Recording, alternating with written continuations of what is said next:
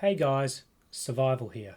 With the ever increasing use of technology, the arrival of new technologies, the general reduction in personal privacy, the increase in the importance and duration of work, resulting in somewhat of a reduction in enjoyment, it's time to take back control.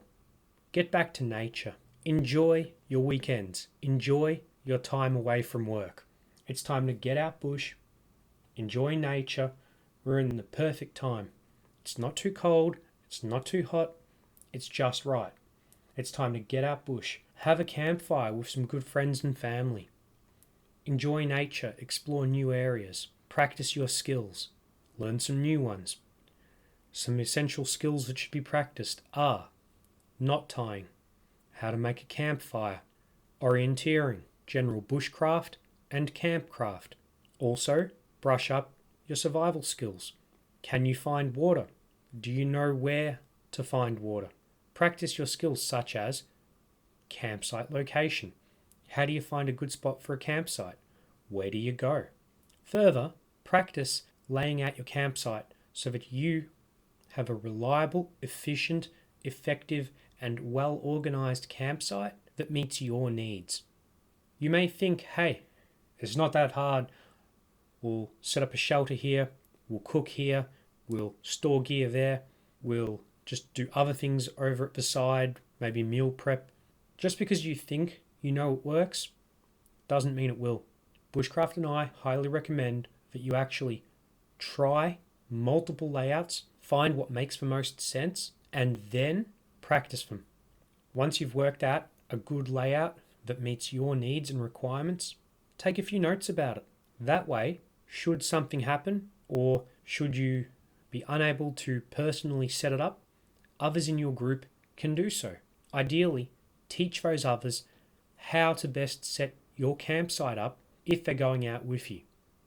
Something I specifically wanted to cover is a question I get asked repeatedly, and that is, how do you deal with people who say, oh, when SHTF occurs, I'm coming to yours?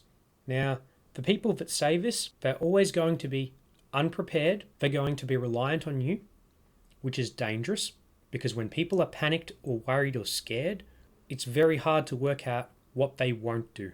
In a lot of cases, people will put their own personal survival and their own personal existence and safety and well-being above that of others. So, the best thing you can do when people say such a thing is to politely but firmly tell them that they need to prepare for themselves, that you are happy to provide them with information and help teach them how to be best prepared, but they need to understand that unless you specifically tell them otherwise, that they cannot rely on you to look after them and prepare for them when SHTF occurs.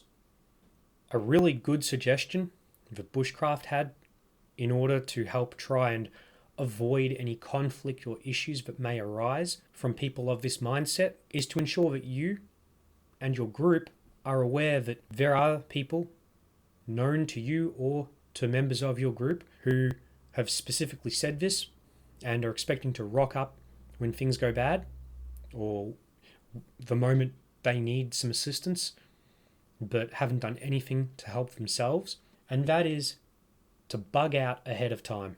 As Bushcraft and I have discussed in previous videos on this channel, work out a criteria which you will utilize in order to determine when you should bug out. Monitor everything that's going on. Keep watching events that are occurring and listing them against your criteria. Work out some sort of little formula or flow chart or decision tree to help you determine, should I bug out? And when it looks like things are starting to get to that point where what you're seeing is telling you, hey, maybe I should bug out, our advice is to do so.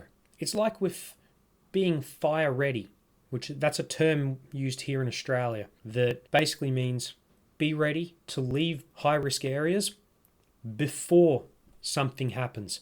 Because once a bushfire starts, it's too late. The same thing applies for general prepping and bugging out. You want to try and bug out ahead of time, just before Because if you wait till something actually happens, it'll be too late. The single best way to deal with people who say, oh, I'm coming to yours when the SHTF occurs, is to simply not be at yours. Be at your bug out location, your BOL. If you bug out early and nothing happens, the best part is you can return. You can come back.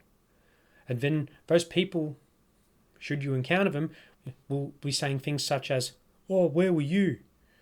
I came to yours. You weren't there. And you can once again politely inform them that, as you told them before, they need to prep for themselves. You are happy to teach them how and assist them, but you are not solely responsible for ensuring that things are prepared for them. It's time for your annual self-audit. This is for everyone who is a prepper, a survivalist, a homesteader. Go through your supplies. Ensure everything is 100% serviceable. Anything that needs repair, repair it. Get it serviceable. Replace anything that needs replacing. Go through your food supplies. Go through your prepper pantry. Does anything need replacing? If anything's out of date, replace it. If anything hasn't been restocked, restock it. Also, one thing that is highly overlooked is perform some basic maintenance on the technology that you have. So what I mean by this is any computers, any NASs, network attached storage, any servers, any routers, any bit of technology that you have that is always running, and even printers, dust them. Ensure that their air filters are clean. Ensure that there is no fire hazard from dust. One of the most important things is to make sure that your technology is still running. Take this opportunity to back up any data that is not currently backed up, protected, or available currently in redundant forms. Consider ways and means that you can produce more produce and be less reliant on supermarkets and other people. So as always, stay focused, believe in yourself, and remember, stay safe in the bush.